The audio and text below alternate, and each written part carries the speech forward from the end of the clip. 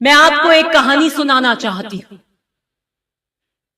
यह कहानी राजनीति के मंच पर खड़ी उस नायिका की है जिसने न चाहते हुए भी राजनीति का दामन थामा, अपनी साधना और समर्पण से नई दिशा दी, जिसकी जिंदगी का हर लम्हा जंग और चुनौतियों से भरा था, जिसकी कहानी सुनकर आत्मा कांप जाती है, जिसकी कहानी में आंसू हैं, खून के धब्बे हैं, रक्त रंजित मिट्टी से लिपटे अरमान हैं। ऐसी शख्सियत का नाम है श्रीमती सोनिया गांधी। आज की लड़ाई जो है उसके पीछे वो खड़ी हैं, कांग्रेस को एक धागे में पिरोकर। याद कीजिए वो दिन जब उनके पति राजीव गांधी की तस्वीर अखबार में छपी थी, लेकिन तस्वीर में चेहरा नहीं था, एक खून से सना हुआ टुकड़ा था। उनको राजनीति का वो जहरीला खेल उन्होंने देखा, उस जहरीले खेल का उन्हें सामना करना पड़ा जिसमें इंसानों के सीने छलनी कर दिए जाते हैं। लेकिन इतिहास को उनकी खामोशी मंजूर नहीं थी। कांग्रेस पार्टी बिखर रही थी, संगठन कमजोर पड़ रहा था, विरोधी इसे अवसर के रूप में देख रहे थे।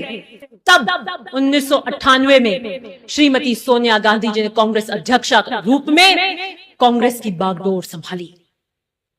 उन्होंने अपने आंसुओं को पत्थर बनाया और राख से उम्मीद का दिया जलाया।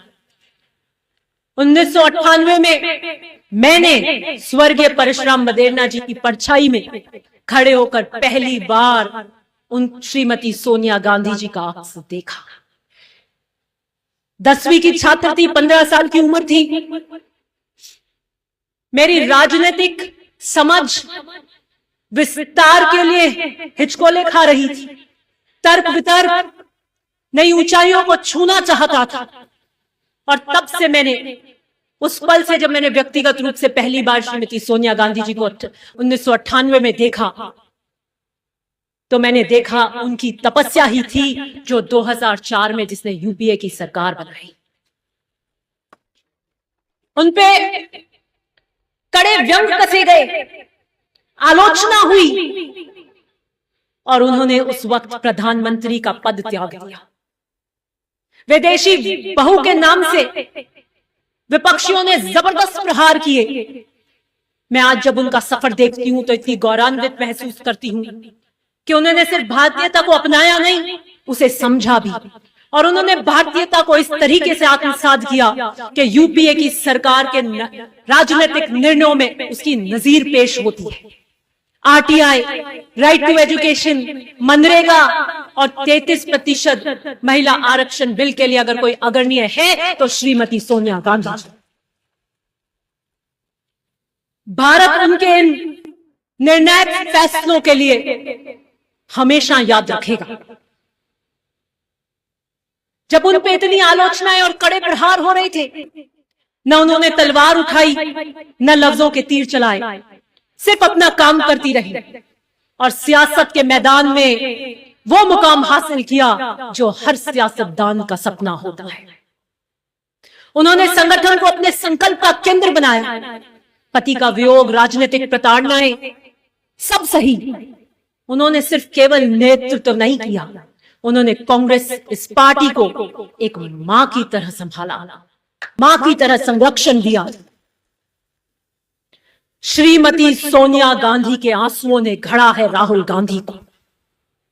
जब एक मां की असहनीय पीड़ा, वेदना और रूप कांपने वाली क्रुंदन किसी बेटे के किरदार को घड़ती है, तब जाके हमें श्री राहुल गांधी मिलते हैं। जिस बच्चे ने बचपन में अपनी मां के आंचल को खून में सिने देखा, त्रासदियों के भयावह सुरंग से पलकर आए हैं राहुल गांधी।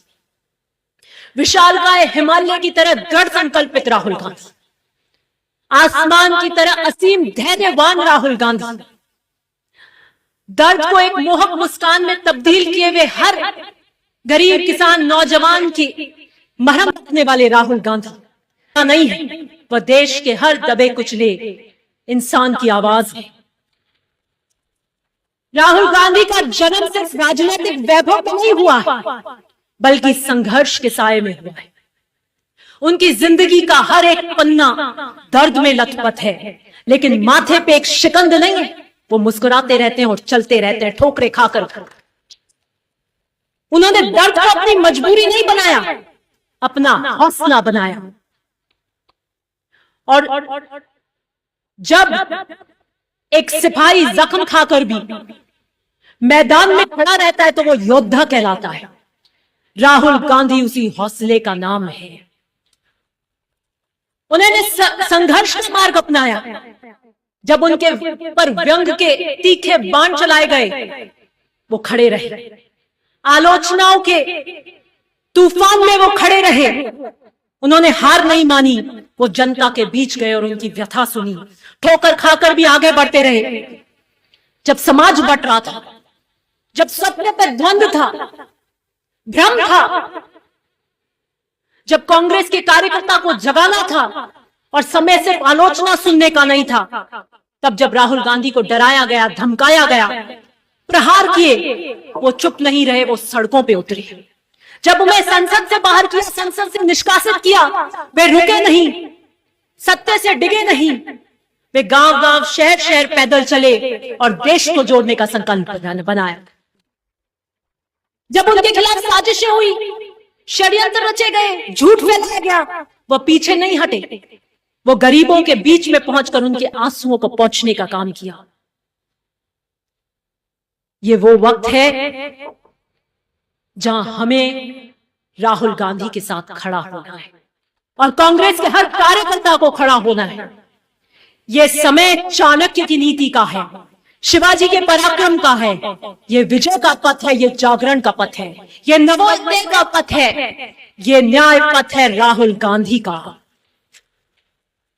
और जब संविधान पर प्रहार हो रहे हैं, ये समय मौन का नहीं है, ये समय हताशा का नहीं है, ये समय है गांडीव उठाने का। समर शेष है, नहीं पाप का भागी केवल व्याध। समर शेष है, नहीं पाप का भागी केवल व्याध। जो तटस्थ है समय लिखेगा उसके भी अपराध। आज जब आप इस ब्लॉक कांग्रेस कमेटी की मीटिंग से वापस जाएं, तो अपने घर बैठकर कुछ पल सोचिएगा जरूर।